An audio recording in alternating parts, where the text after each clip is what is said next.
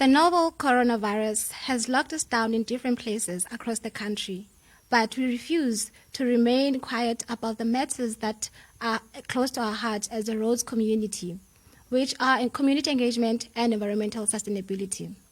Molweni Bantase, igama lam ndinguPhuthuma Palintulo.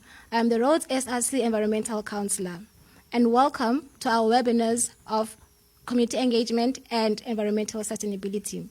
Today on our show, we are joined by a prestige guest from the Rhodes community, from the Rhodes University Community Engagement, Ms. Anna Lindewe Bolt.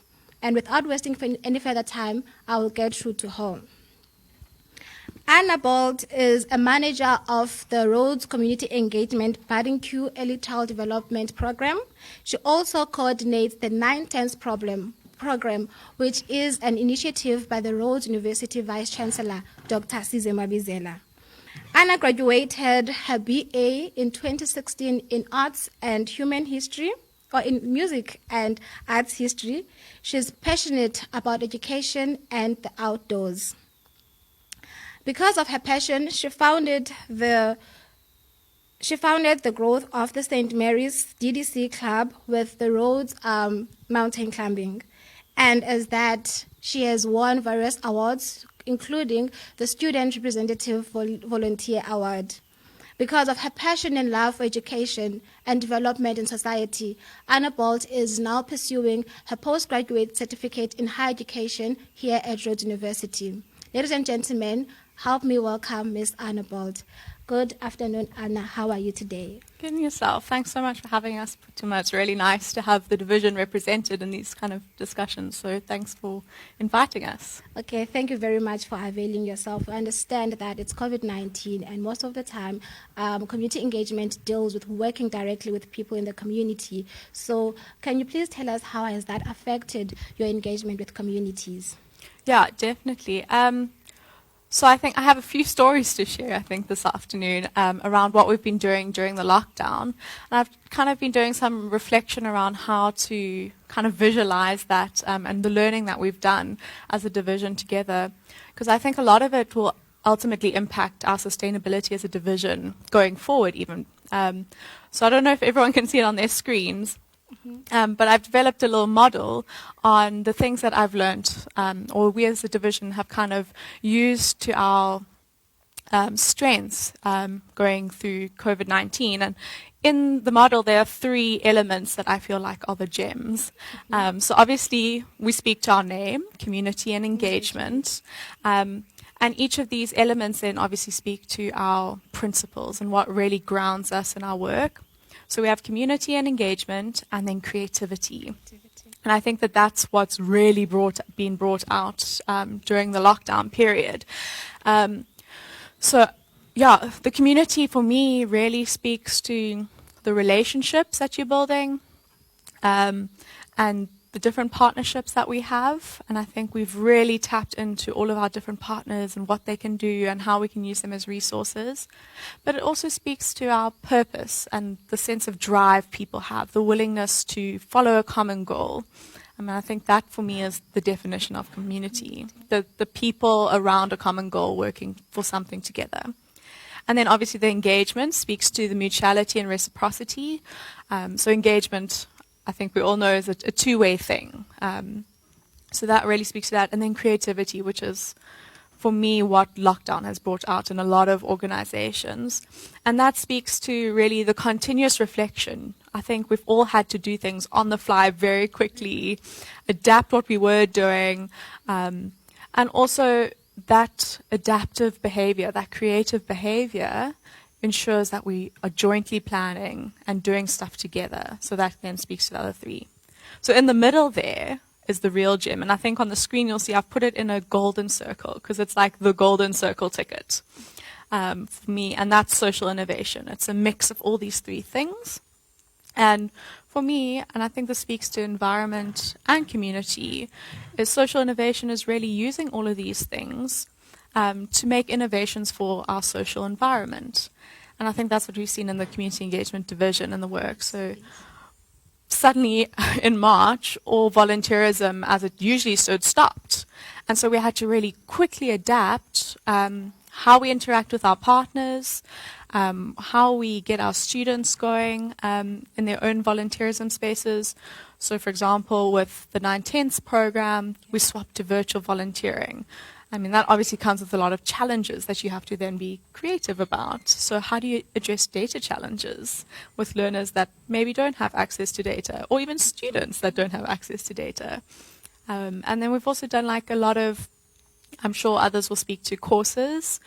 So really taking the time to think about the theories and the knowledge production behind our programs that inform how we then go about volunteering, which has really been valuable, I think, for a lot of our students together, to get a broader sense of why we even do this.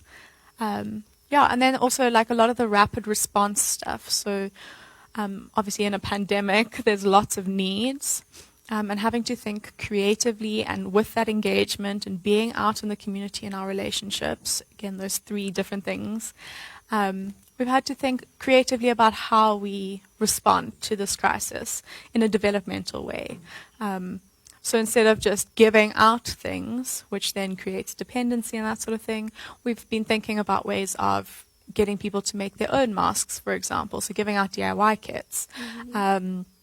Or thinking about WhatsApp groups to share lessons for parents, so that they can keep their children stimulated and educated while they weren't schools open, for example. So there's been lots of little things like that that tie up in the social innovation space that I think we're really going to take forward from this lockdown, because I think that they've proved as sustainable mechanisms for us going forward, and very accessible to our community partners and for us. I mean, I think in terms of scaling, I think COVID-19 has offered us a wonderful opportunity. And I think a lot of organizations have felt bits of that in their journeys as well. So we've been quite excited and invigorated by the lockdown period, although it has come with its challenges. That's what my reflections are, have been on sustainability, really, and going forward from this period. Okay. Thank you, Anna, for that. Guys, you are listening live from the Rhodes SRC Facebook page. Please do tune in. We have Anna Bolt from the Community Engagement. Anna, you mentioned that in your bio you're working with early child development, and you're also part of the 9/10s. In my understanding, those are two different age groups. So what has been your reflections on how you have to adapt with the early child development ones, and then you have to adapt also with the teenagers in the 9/10 program? Yeah, so those are two different ends of the spectrum of the education system. You've got as they're entering school and then as they're leaving school. And so obviously the needs of children are very different at those different ends. And I think that all of the programs that we run at Rhodes University are very focused and specific on helping children reach their potential.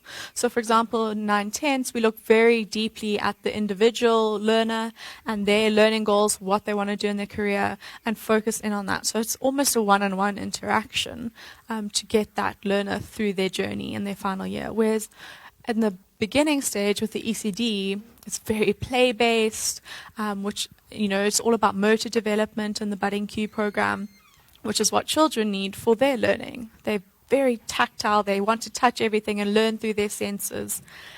So looking at the different needs and creating very specific programs so that we can get the best impact in the program, but also the best potential out of children, I think has been the key in those programs. Oh, okay. Thank you very much for that. So I understand that community engagement, you have student volunteers, and you understand that due to COVID-19, students are at home and they don't really have data, because on the campus they rely on the campus Wi-Fi. So how have you supported your student volunteers in terms of the virtual learning and providing them with data and other resources they may have needed? Yeah, so I think that, again, this speaks to partnerships. We haven't directly supported students with things like data and that stuff, because that obviously comes through the university, which we're a part of that structure. But in terms of supporting learning and encouragement and just creating what we call communities of practice. So for example, we have a community of practice around ECD and grade R in the budding queue, and we have a community practice around matric learners in the 9/10 program, for example. And there's lots of different other communities of practice. For example, we have Gadra with mentoring, and Gadra, Canva, those Nkuleko are all mentoring and tutoring programs. So there's all these different community of practices that are teaching and learning and reflecting together. And I think that our courses that we've developed during the lockdown period to theorize and reflect on these different programs has been critical to building those relationships. I mean, personally, I feel I've developed such deep relationships with my students through these courses because I'm seeing their personal opinions. I'm able to challenge them on their opinions. We're able to think about ideas together. And so those relationships deepen. Whereas if we were in normal circumstances, I really would only see students that came into my office. Which is always just, it's short and it's in and out, whereas this is much deeper and longer, which has been really great. Another positive element of our interventions during the lockdown period. So, yeah. Okay.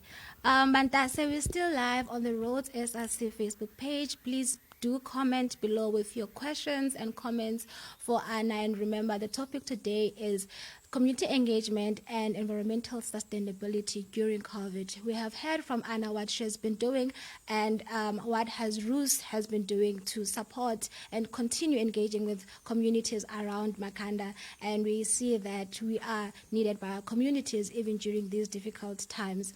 Anna, I have a question now coming in from our social media platforms.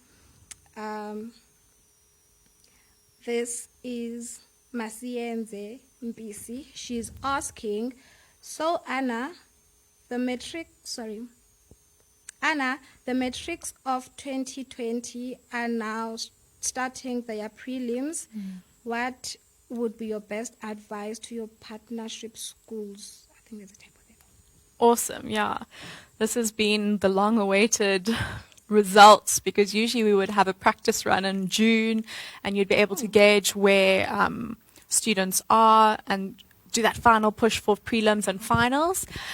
So I think for our students, all matrics, not just in our programs, I think the biggest thing is to keep writing, summarize, engage with your notes, spend a good amount of time. I mean, with our mentees, we recommend 25 hours a week on top of school, engaging with learning material. So that's a lot extra. And I think just to realize that the difference between a bachelor pass and getting to university is those couple extra hours. And for this final push, to really just put in the hours, practice, write down stuff, ask questions if you're unaware, and just throw yourself at this opportunity, because it really does ultimately impact the rest of your life in many senses.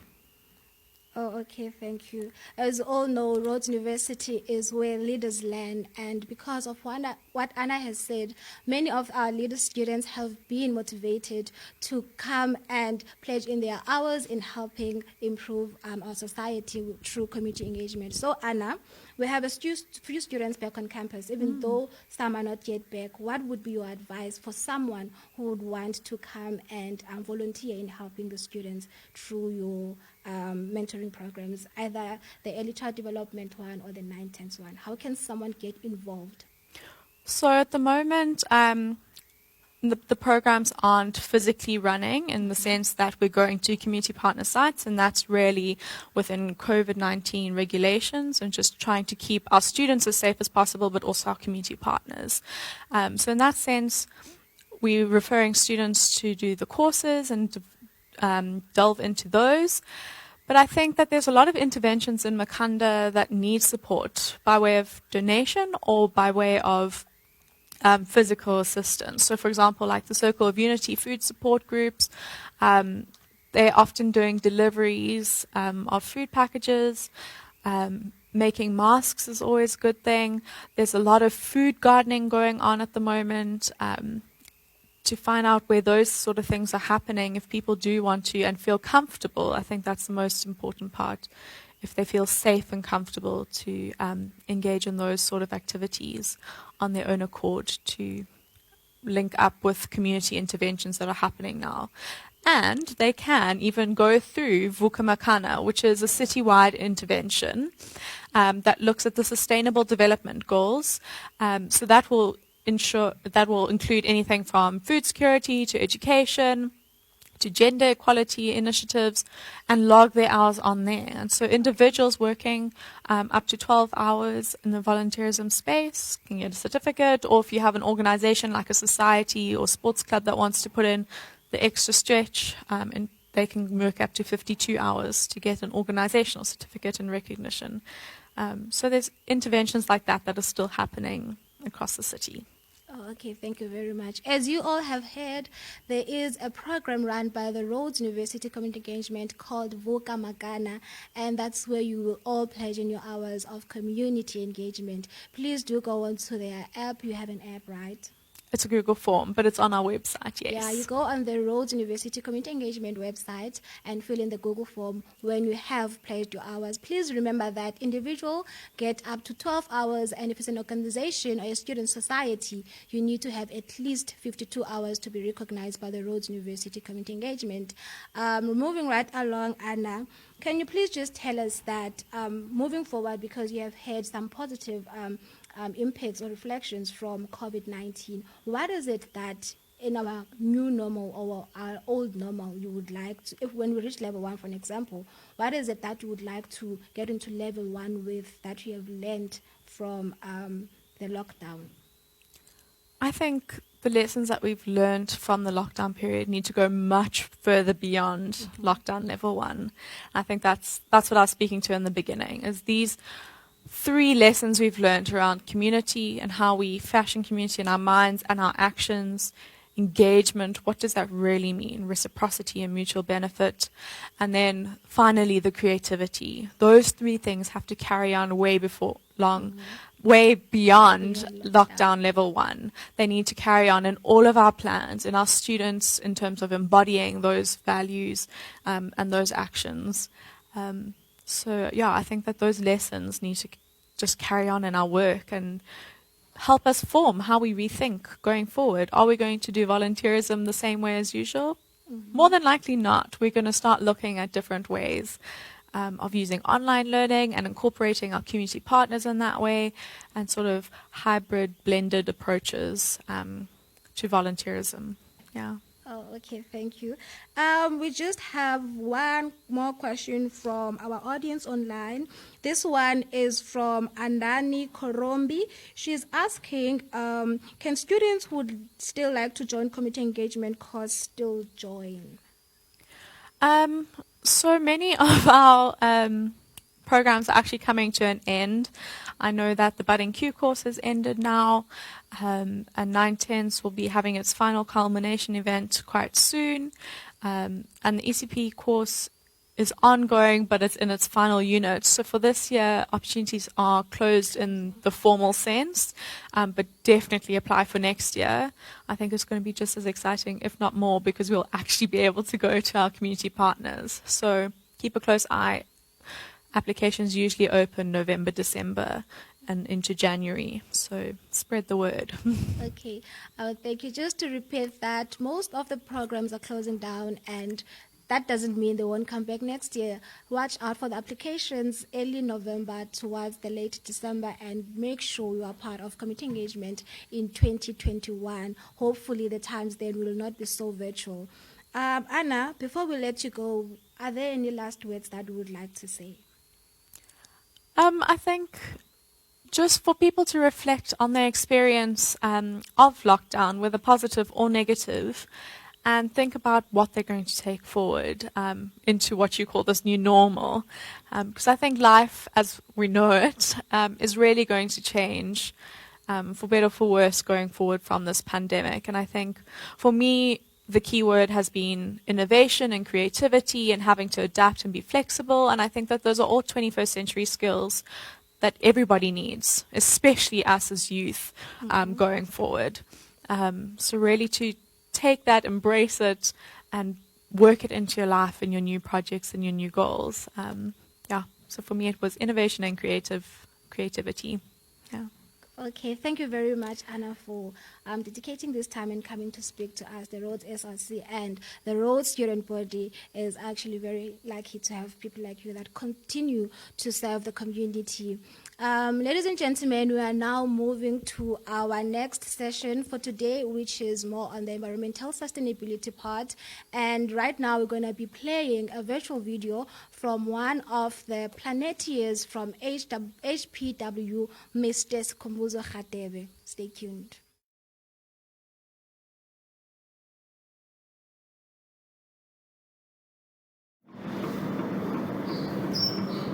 COVID-19. Greetings to SRC Rhodes community and everyone who have a chance to dine with us in this afternoon in the discussion of environmental sustainability during and after COVID-19. My name is Sikhumbuzo Rhadebe, the HPW Planteers Chairperson from Access. Firstly, I would like to thank the SRC for organizing such an event for us and also extending the invite to me. As we get into the business of today, I won't be taking much longer. I won't take your time. I'll just take a few minutes of you. So, months ago, COVID-19 has moved from a dangerous regional health threat to an all-consuming global pandemic and economic disaster. Its rapid spread had far-reaching implications on the everyday lives of people in nearly all corners of the world and underlines the need for governments to coordinate cross-cutting and cross-boundary response and recovery programs. So, the COVID-19 crisis was caused by a combination of two related phenomena. The first one is the increasing complex and potentially harmful interaction between humans and wildlife. The harvest and sale of wild animals and plants is a constant threat to the survival of many species, as well as occasionally posing a hazard to human society through viruses. As in the current case, the second phenomena is the accelerated movement of people and goods across borders, a feature of modern globalization. So while the former set of factors allowed for the transmission of COVID-19 viruses from animals to humans, the latter has enabled its subsequent spread to pandemic proportions. Both the scale of the market for wild species and the volume and rapidity of human movement worldwide underscore the immense impact of human activity on nature and potentially vice versa. All these factors relate to environmental instability which we have created on Earth. So the COVID-19 has achieved what decades of climate change talks couldn't achieve, a significant decrease in our global emissions of carbon dioxide. So we are looking at the decrease of up to 8% in 2020, or around 3 billion tons of carbon dioxide. This is significantly more than the decrease that followed other global recessions in the past half century or so. The 1973 and 1979 recession were responsible for the reduction of about 1 billion tons of carbon dioxide a year. The 2019 recession trimmed 0.5 billion tons. Not likely to be permanent. Emissions will rise once the global economy starts to recover. However, the COVID-19 decrease does follow a flattening in the global energy emissions in 2019, which, according to the International Energy Agency, reflects the expanding role of alternative energy sources. It means we have reached the peak point of global emissions. Good news indeed. The COVID-19 emissions decrease is likely that to us using less fossil fuel-based energy transport. Harpagent and the artificial intelligence technology company has produced a carbon dioxide emission simulator for the US that draws on lessons from the effects of COVID-19 on the economy. In addition to the reduced energy and transport activity, The simulator models, however, switched to alternative energy, electric vehicles, changing meat consumption, and regenerative agriculture and carbon capture in changing things. Clearly, a combination of interventions is needed to achieve a carbon neutral in 2050, which will minimize the destructive effect of climate change. This shift to alternative energy and electric vehicles has started. Market forces will probably maintain this momentum as policy shift directly investments, innovation, funding, and subsidize towards these sectors. Working from home and less travel is likely to be a significant legacy of COVID-19, as businesses and individuals come to recognize the cost and time saving made possible by digital communications tools. The question is then, what will be required to reduce the amount of meat we eat, encourage our adoption of regenerative agriculture and mainstream carbon capture technology? A growing appetite for red meat is emerging as one of society's greatest challenge. Livestock, especially beef cattle, is responsible for 14.5% of global greenhouse gas emissions according to the UN Food and Agricultural Organization.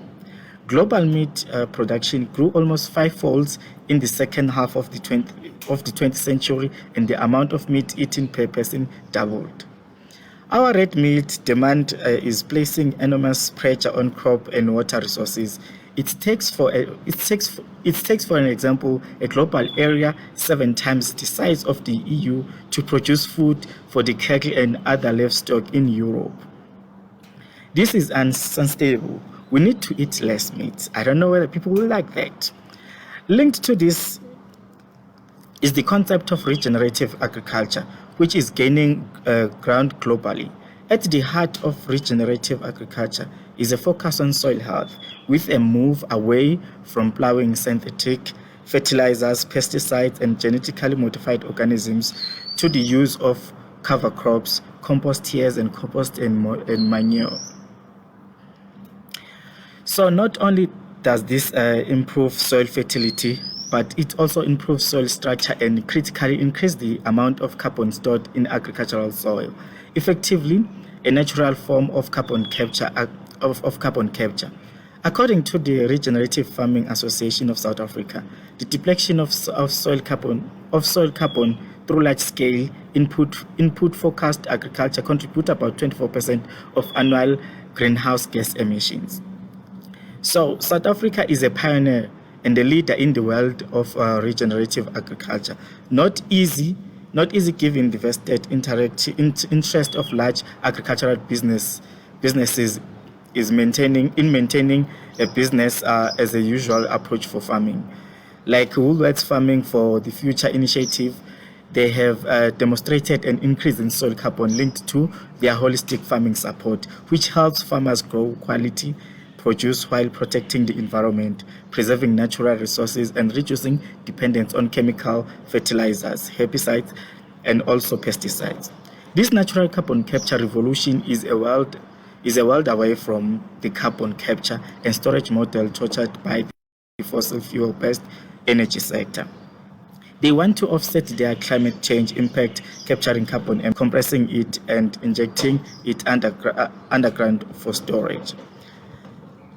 They present this as a silver bullet solution for a sector increasing under the siege, given society's growing intolerance of their climate change impact.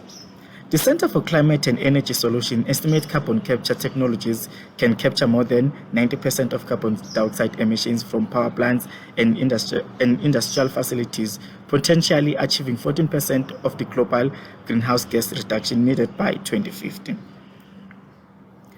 So this sticking point for now is the heavy upfront investment required for these plants, which would only be recovered over 20 to 30 years. This is a cost model inherent to the sector and a key reason it is resisting moving away from oil, natural gas and coal. It is trapped by legacy capital costs sunk into its fossil fuel. In the past decades, we have watched how alternative energy models have disturbed the investment model, demonstrating that it is possible to develop a clean energy generation model at a lower cost and a higher return. The finance sector recognizes this and is increasingly unwilling to fund new oil, natural gas, or coal projects, and so it is unlikely there will be significant investment in new carbon capture projects. COVID-19 has quicked the pace of a move to working from home, reducing the amount of transport we need. This is going to further disrupt the fossil fuel economy. So we need to focus on nurturing the natural carbon storage. We need to eat less red meat if we want to wean ourselves from fossil fuel forever. Let us take care of our environment so that it will take care of us. Keep it green. Thank you so much. Have a lovely day. I hope we'll see you soon. Thank you.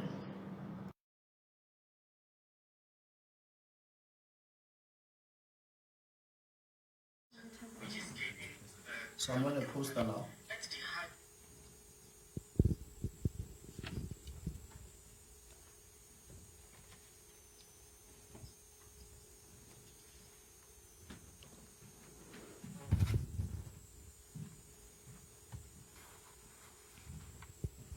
Welcome back again, Rhodes University student community. That was Sikhumbuzo Rhadebe, the chairperson of the Habitable Planet workshop, Planteers.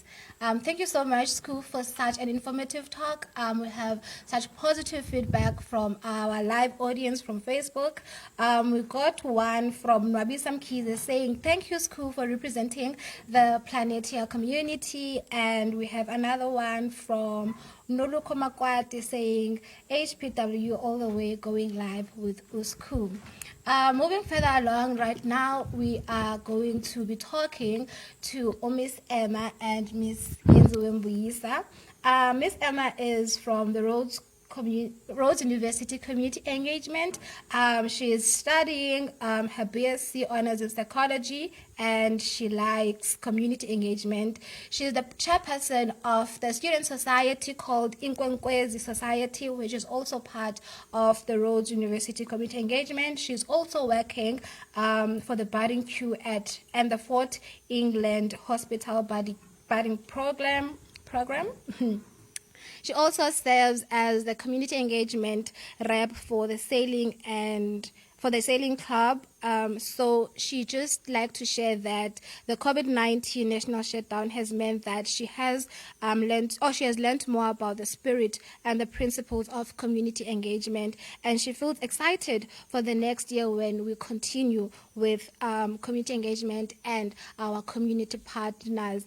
Anna Wagenaar, welcome to the show today.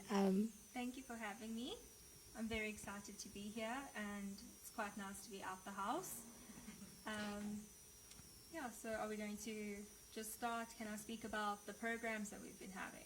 Oh, yes, please. So Anna is going to be sharing to us about what she's been doing, the program she's been participating on, and the activities that they have been having throughout the year and during COVID. Okay.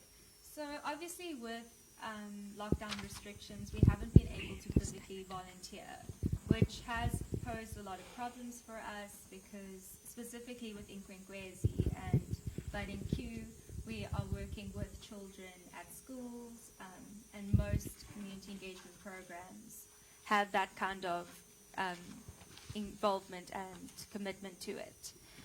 But this has meant that we've had to challenge our usual way of doing things. And like Anna said, it's been a time for us to actually reflect and look back and reevaluate our way of doing community engagement at Rhodes. So there have been 3 courses that I have been a part of, and there have been others that Anna did mention. The first one that really stuck with me was looking at the role of community engagement in higher education and how higher education should be more involved with community engagement efforts. Students have always been agents of social change and their institutions. We've always been challenging views of people around us. We've been actively pursuing knowledge that brings about societal reform. And we are energized and young. We reject status quos from previous generations that have led to inequality and oppression. And we are unapologetically stubborn, which makes us perfect for bringing about change in our environment and in the community. Our education would be amiss without community engagement involvement, because how can we claim to have a holistic education if we are not trying to engage in the spaces that we are in? We cannot leave a place unchanged. So that was the main takeaway from the higher education course that we had in term 2. And then we moved into a similar course that was about community engagement in our context, using the ABCD approach, which is asset-based community development. With this, volunteers were required to post about where they were actually situated during lockdown, normally in their hometowns, a couple of people coming back to Makhanda as the levels were reduced. And they had to basically look at what were the challenges in their community and how could they combat these. It was a really interesting self-reflective exercise as well, because we had to look at our own assets and see how can we use our own resources and our own skills and the people around us to bring about change. It was probably my favorite course so far, and as Anna said, we're coming to a close now and coming up with hypothetical proposals for projects that we could do, which makes me very excited, because going into the next year, as things resume, hopefully at a more normal level, we can actually start implementing some of these ideas. The final one I was a part of was the Budding Q, Unpacking the Literacy Crisis from a Rights-Based Perspective one. That was specific to the Budding Q course, which is working with grade R learners on developing their emergent literacy skills using fine and gross motor skill activities, which was really interesting. I hadn't really ever thought about how play can be so important for children's development. And it builds on a lot of ideals that Inkwenkwezi has about developing literacy. So that was also really, really interesting. So that was kind of the way we had to do things. We had to just go back to the theory and go back to ideas and forums, and it was a really interesting way of doing things. Okay, that's very wonderful, Emma. Thank you very much. Ladies and gentlemen, we also have Ms. Mbuyisa in studio with us today. Yenzi is a research assistant for the Rhodes Restoration Research Group in the Environmental Sciences Department. She is also pursuing her honors degree in restoration ecology in the Department of Environmental Sciences. Yenzi Mbuyisa, welcome to the afternoon. Thank you so much for having me, Patuma. I'm excited to be here. Okay, thank you very much, Yenzi. Can you please tell us what are your thoughts in what COVID, or how has COVID impacted the environment? Are there any things that we have benefited, or it's just like negative things that COVID has put towards the environment? Well, I think there's a set of positive and negative effects that we've experienced due to COVID. And I know that sort of beguiling events gain traction, and all the positive things are being displayed on newspapers and in the media.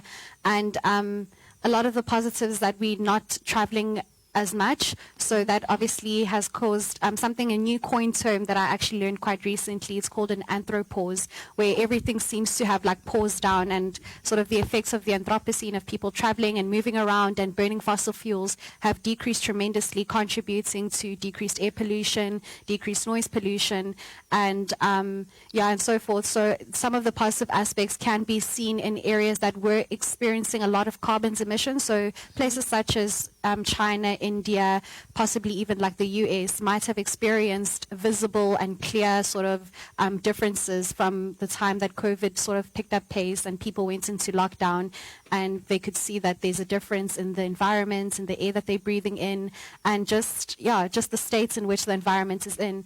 But I think some negative ones, I don't know, maybe it's me having thoughts about it too much, but surely people staying at home now, there's a laziness that comes to it. So I know things such as recycling possibly, or just making a conscious effort into being environmentally conscious has sort of died down a little, because I mean people are sitting at home and they just eat, they do whatever they want, and they not so much they're not so much more proactive about looking after the environment. So I do think that that might be sort of a negative impact that might be left behind by COVID.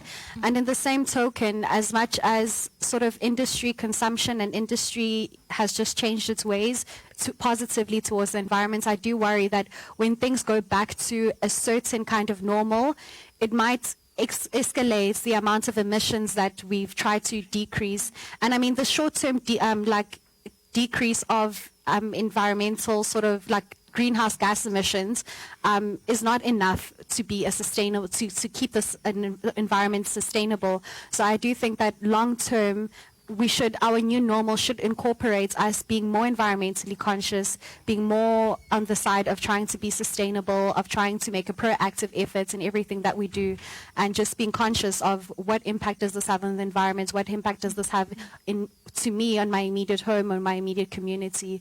So I think, yeah, it's a set of positives and negatives, but definitely the positives, we're happy about them.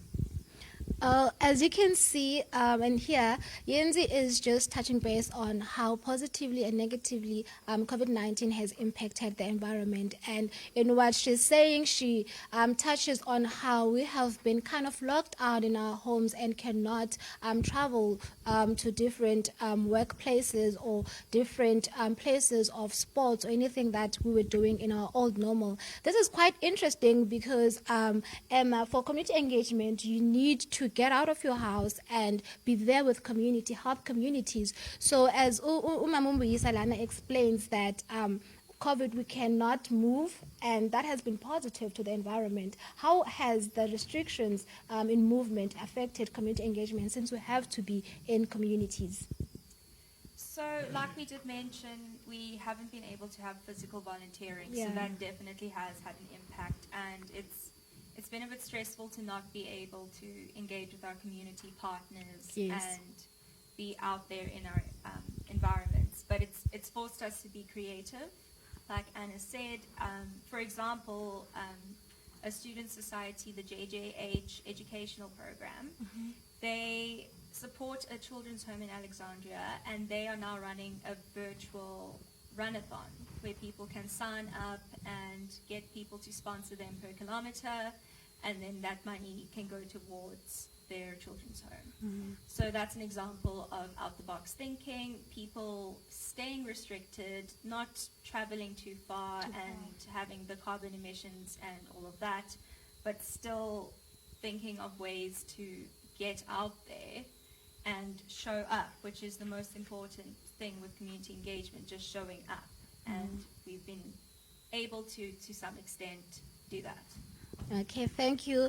Ladies and gentlemen, we're still live on the Rhodes SRC Facebook page, and this is our series of webinars. Today we're talking community engagement and environmental sustainability during COVID. And just to remind you here, I am joined by Emma from the Rhodes University Community Engagement and Yenziwe Mbuyisa, who's an honors student in the Department of Environmental Sciences. Both those speakers mentioned the importance of having creative ideas in this new normal, which is under lockdown, of continuing with sustainability issues in mind. And with that being said, Mbuyisa,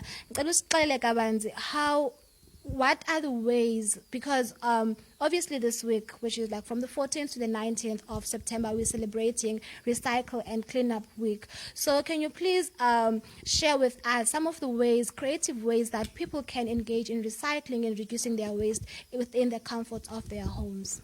Well, so I guess like there's quite a few different ways that people can approach this, and I think it's one of the most essential ways to think about it is going back to basics. So if you're sitting at home and you have kids maybe, or you have younger siblings if you're a student, or you're just in an environment that has a lot of younger people, this is the opportunity now to start having a positive effect in them and start teaching them about recycling. So just separating your waste, for example, separating your compostable waste and sort of your plastics, your papers and your canned or your tins, that is one one way, by having clear, defined sort of rubbish bags or trash cans that you use to throw away your waste. That would be a nice way. Or maybe just even in a street community, decide that as the street community you want to collect a certain amount of waste, and each week maybe one household can be in charge of collecting all the paper waste, and another household can be in charge of collecting plastic waste, and then you just maybe compete with another street or compete with another community. But even that sense of competition also sometimes makes people a little bit more proactive and keen. And you have the young ones running around a lot now, so this is an opportunity to get them to be doing something and to be more environmentally conscious, and they'll be able to take that out into the real world when everything goes back to normal. Yeah. Okay, thank you very much, Jens. I'd like to have like a follow-up question now, taking back to the Rhodes University context. Are there any, can you tell us of the different waste sources that Rhodes has? Like, we understand that there's food waste, there's paper waste, there's plastic waste. Do you have an idea of how is Rhodes University or rather how much is Rhodes University producing in terms of waste? Yeah, to be quite frank, like I can't even begin to estimate the numbers that revolve around the amount of waste that is generated, particularly by the food, because as a lot of people might know, like Rhodes has a lot of residences and it accommodates almost over 60% of its student body. So there's a lot of food that gets wasted. And I remember just being in Res, when you're done eating, you'd take your tray and you'd put it in the racks and you'd watch them just throw out all the remains into this big dustbin, and you never know, like there's no paper trail of what happens to it, where does it go, and it's not even something that's made transparent. And I think in that regard, I would encourage Rhodes to make it transparent, to let people know that this is what happens to your waste, this is where it goes, because it makes them more conscious of, okay, what I don't eat now is going to affect the planet A, B, or C, or it's going to affect my community A, B, and C. Because of just the lack of transparency or just us seeing things being thrown in the trash can, it almost seems like there's not a lot being done to sort of take care of the food waste, which is a pity. And I think in every university context, paper waste is probably one of the biggest waste that we generate. And it's quite sad. I mean, in the beginning of the year, our head of department at the Department of Environmental Science mentioned that we had, as a department, had gone through an incredible amount of paper in the past year. And it was really like a bit shocking. This is an environmental science department. You'd think people would be a little bit more conscious. And I'm sure we did try to be conscious, but I mean, we use a lot of paper. You're printing out material, you're reading, you're printing out your assignments. So a lot of paper is generated. So I think this is one of the positive aspects of COVID, is that we're all virtual and we're online now. So we've definitely decreased on the amount of paper that we've been using. And but I do think that Rhodes needs to really become more proactive, not just sort of encourage more sustainable practices or waste management, but they need to enforce it now, and just create a greater sense of urgency to how we're taking care of our waste by first setting an example by how they're doing it and being transparent about us, that guys, we're using too much paper, guys, our plastic waste is just, it's a mess. The amount of food that we're wasting is a lot. Being transparent along those lines can give people sort of like the numbers and the figures, okay, we need to make a change, and sort of the encouragement that we might need to be more sustainable as a university. Hey, thank you very much. Mbuyisa, it takes not only one person but a collective to start tendering to the environment and to start reducing our waste, whether plastic, paper, or compost. And Rhodes University needs to respond, because from what she's saying, it is quite clear that Rhodes University, in terms of the environment, is a pandemic itself. And we urge that if anyone from the senior management is watching this right now, please take into account what the student body is saying to you. Please do remember we are live on the Rhodes SRC Facebook page. Please send in through your comments and your questions. We still have Mbuyisa and Emma here with us on studio. Emma, Yenzi is mentioning about how each individual or each department can play part in reducing waste management. Do you guys at the Rhodes University Community Engagement have any programs that work towards, let's say, cleaning up the environment? For example, since I mentioned earlier that this week is Recycle and Clean Up Week, are there any community engagement programs that students and anyone who's interested can get involved in? I'm actually not aware of any, but I know that the Rhodes University Community Engagement Officers, they are very proactive in funding community projects and individuals and supporting them. And I encourage students, if they have any ideas and they have been listening and seeing a gap in what we should be doing, to be proactive and speak to someone at RUS or speak to a community engagement councillor about maybe doing this, because we work primarily with people, but we as people are most affected by our environment, and that is something we need to be aware of. Thank you, Anna. With that being said, can you please just elaborate more on what has been the challenges with adapting in this virtual engagement? Well, we didn't really get figures from Rhodes University as far as how many people were left without laptops and without access to the internet, because the primary focus was obviously getting people their material and coursework, and community engagement sort of fell away in that sense, and because people assumed there wasn't much that we could do. But as we heard, there were programs going on that are now closing, and it would have been great to have known if there are any other people that were out there that would have loved to have been involved in those programs, but due to not having access to the internet or not having adequate laptops to engage in the courses, they could have maybe gotten more involved and been aware of these programs. Okay, thank you. We can hear that COVID-19 did ruin some of the plans that people and the Rhodes community has, but we still refuse to remain silenced with matters concerning community engagement and environmental sustainability at Rhodes University. We are receiving such positive feedback from our social media platforms. We are receiving feedback from the HPW, congratulating School for taking his time to be part of this very interesting sessions. We have one from Peter saying, thank you, School, for representing HPW, and we have the Rhodes Restoration Research Group backing up Mbuyisa, and of course, our student leaders there by community engagement are also with us today. We're about to wrap up the show, but we still have a few engagement from our student community, and what are we having now is a question. And this question is also from our social media platforms. It comes from Nathan Ilunga. He's asking, how has COVID affected water management at Rhodes University?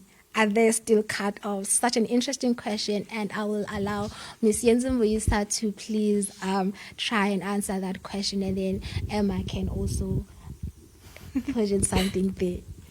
Yeah, that's a little bit of a tough question, because I don't think Rhodes has exposed like how much COVID has affected the university. And the infrastructure and just, But I would assume that it's probably, like, water management has probably been a little bit better on the Rhodes part, because there's not a lot of students on campus, so there's not a lot of water being used. It definitely was an opportunity to save a lot. So I hope that the Rhodes did sort of like take up pace on this and decide, okay, we're going to invest a little bit more in creating sort of a environmentally friendly environment, so that when students do come back, we are not faced with the same issues and the same problems. And I understand it was hard because everyone was in lockdown. It wasn't just like Rhodes was in lockdown, but the whole country was in lockdown. But now that the levels have decreased, this is definitely an opportunity for the university to start becoming more environmentally savvy and preparing for the return of students to make it a sustainable and clean environment. Okay. Thank you very much, Yenzi. That's very insightful. Do you have anything to add on that, Emma? No, I just completely agree. I live in a digs on campus, so whatever happens to Rhodes happens to us. We haven't really been experiencing water restrictions. I think partially due to the water treatment works, the pumps have been fixed, so Makhanda as a whole hasn't been under so much constraints as far as that goes. But I am very concerned when, as students have been coming back, how those are going to be implemented, because there obviously hasn't really been a reason to implement all of those restrictions. But as you said, I think that's a perfect opportunity for Rhodes to kind of reevaluate how they have been doing things, and then going forward in the next year when we probably will all be back, seeing how we can be better. Yeah, and I think this is also an opportunity for us to start looking at ways in which we can utilize our grey water. And I'm sure the tanks are full at this point. It has been raining quite a bit. So this is definitely a chance for us to be like, okay, we've got all this water in access. How are we going to use it? How is the university going to be able to use it, whether students are back or not? And maybe even possibly distributing it back into the community in some sort of ways. So yeah, I think this is also an opportunity, and it would be painful if it was a missed opportunity. Yeah. Okay, thank you very much. Thank you, Nathan, for that question. I hope the answers are satisfactory. As you can see, they're quite confident that the Rhodes University, through the lockdown, has been having enough water, because understand that we had to wash our hands regularly, we had to sanitize ourselves just to keep hygiene, and it was really concerning knowing how bad the situation with water can be on campus. But our panelists have given us answers that assure us that the health and the hygiene of the students still remain of priority in Rhodes University. We have a comment from Sfiso Goodman. He's saying that this is quite insightful. I'm so glad to be tuned in. Thank you, Sfiso, for being with us. With us this afternoon. And we have a question from our very own Madam Community Engagement, Leboghang Nkambule, and I'm sure this one goes to both of you. She's asking, what are some of the environmentally friendly practices that students can do in their everyday lives? We will start with you, Emma. I think just for students now, obviously we're not printing as much material, just being more wary of that. And if we do have printed out notes, just reusing them. And yeah, there's a lot of opportunity for us to actually look at what we have and see how we can reduce that further, especially since we're not traveling and we're at home confronted with the space that we are living in. Yeah, before we go to Jens, I'd just like to have a follow-up question. I understand that sometimes students only print one-sided. Is there maybe an opportunity that we can take those papers and give them to community engagement for recycling, or maybe for painting or drawing for the early child development programs? I think that's actually a fantastic idea. We do a lot of drawings, and for Inkwenkwezi we do writing activities as well. I think that's actually a fantastic opportunity, and I know that residences in the past have collected one-sided paper. The library also did, and I think maybe pushing that a bit more could be something that we look into. Okay. Yeah, I mean, just to touch on what Emma was saying about just being more conscious and actually putting in an effort. This is now an opportunity. You're sitting in the comfort of your own home. You're within your own community. So it's definitely an opportunity for you to reflect, but also to look around and see things that you don't like. And Emma alluded to this a little bit earlier about how the environment is so impactful on our lives. So definitely look around in your community, look around in your own homes, and see ways that you can adjust certain things that you are doing that might not be beneficial necessarily for the environment, but also just for the lifestyle that you want to pursue. And one of those things is like your own personal recycling at home, and finding ways in which it can be recycled, either by your municipality or within your community, recycling of your compost, so separating. There's no reason for you to have vegetable peels in the same rubbish bin as your plastics and your polystyrenes and stuff. So maybe just separating your waste. And also starting your own garden at home is another way to not only contribute positively to the environment, but also economically it's going to be a big help. And you can also expand it. And since we are talking about community engagement, if you have your own garden, you can expand it and share with members of your community. So there's definitely a lot of ways that people just need to open their eyes and be reflective about what they're doing and how they are treating the environment and the space that they live in. Oh, okay, thank you very much. Ladies and gentlemen, we are approaching the end of our first series of the webinars on community engagement and environmental sustainability during COVID-19. Just a reminder that we are still live on the Rhodes SRC Facebook page. And as we are about to reach the end, I would like to ask Emma if you have any closing remarks for the session today.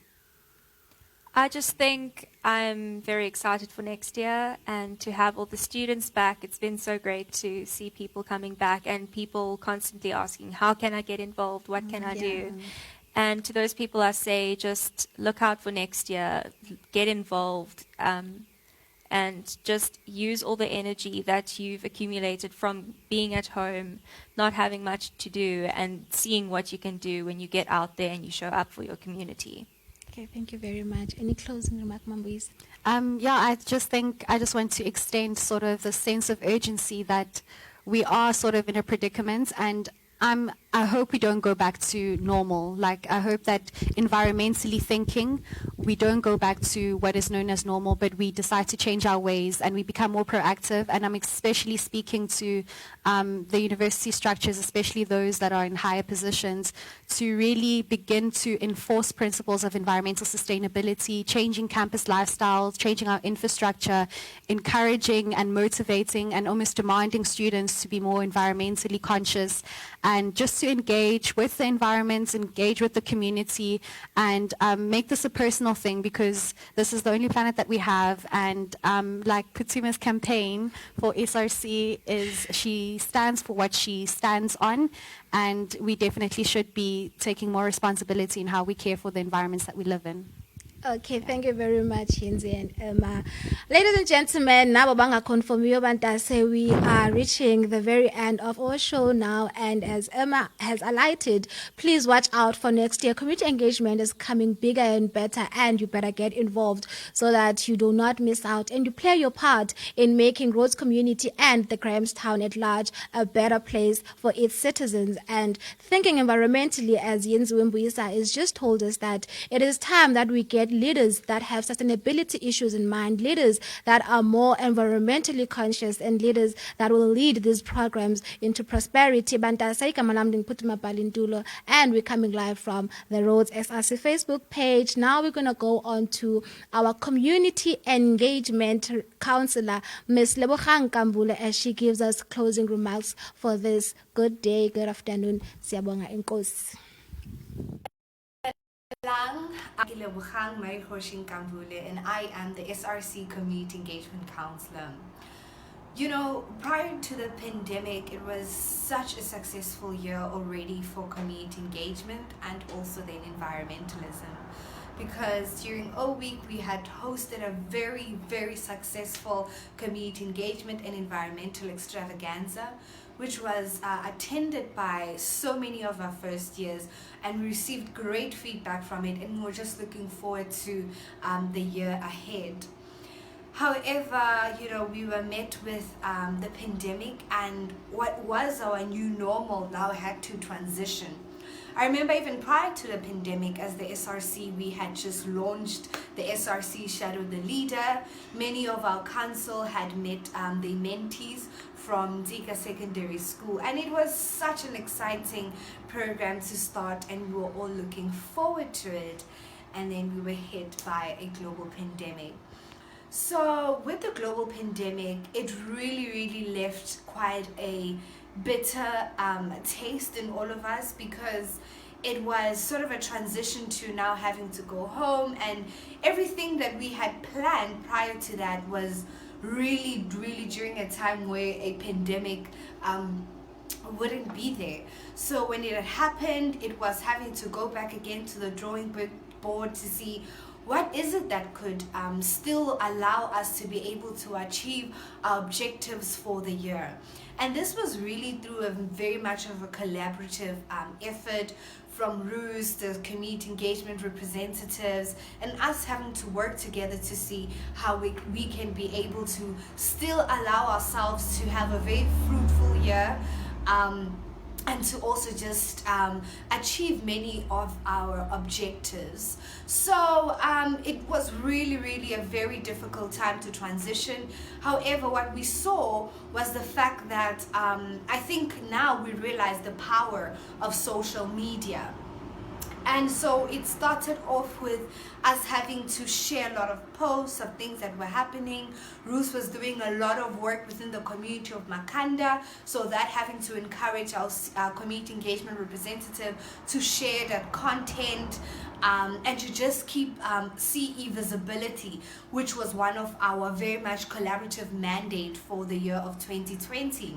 Then after that, we started seeing, also transitioning to virtual learning, the importance of your platforms such as Zoom that we could be able to utilize. So from there, the meetings, that's how most of our meetings would occur, through Zoom. And now we are seeing the importance of webinars as well. So we just thought to ourselves that it would be something that is so exceptional to be able to use the platform of a webinar to raise awareness, to inform, to keep educating. And one of the most exceptional things was, when it comes to community engagement, we always say that it is such a holistic space. So most of the time what we did is then to enroll our community engagement representative to a course called Community Engagement in My Context. And I know that Ruth will elaborate further on the different courses that students could enroll in. So it was also having to take back the principles and the ethics of what community engagement is, because it's also allowing you to be able to do that engaged research and also then now go and contextualize it when you are visiting your site. So it was so important, because I think in the beginning I mentioned that it was such a bitter taste, and now we're sort of seeing the bittersweet taste that is currently happening, because we are still very much allowed to be able to give our community engagement student volunteers the opportunity to still experience what community engagement is about. And I think that it reminded me so much of having to think about the ethics and the principles of community engagement, because that is what we get to focus on in our courses, which gives us such a rich experience of what community engagement is, and to be able to use what we are currently learning into the spaces of being agents of social change and social justice. So it has really been a great and also very challenging year, most especially for our students who had to transition to virtual learning, which was not something that came easy. So it's really been great, and thank you so much for everyone that is watching the webinar. We hope that from this webinar you can be able to just know so much about what community engagement is. So that's it from me. Thank you so much.